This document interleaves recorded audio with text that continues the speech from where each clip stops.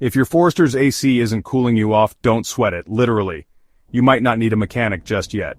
Here's what could be stopping your AC clutch from working. First up, let's talk basics. The AC compressor clutch is what turns your air conditioner on and off. If it doesn't engage, your AC won't blow cold air.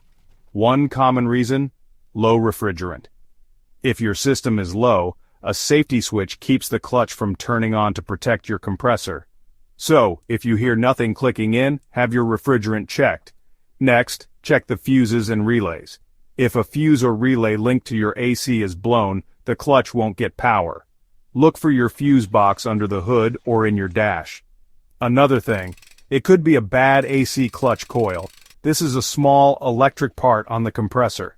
If it fails, the clutch won't move at all. Wiring issues?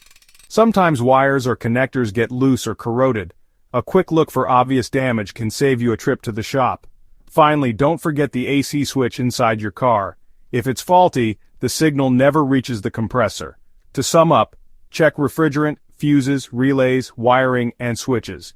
If you're unsure, get help from a pro. Stay cool out there.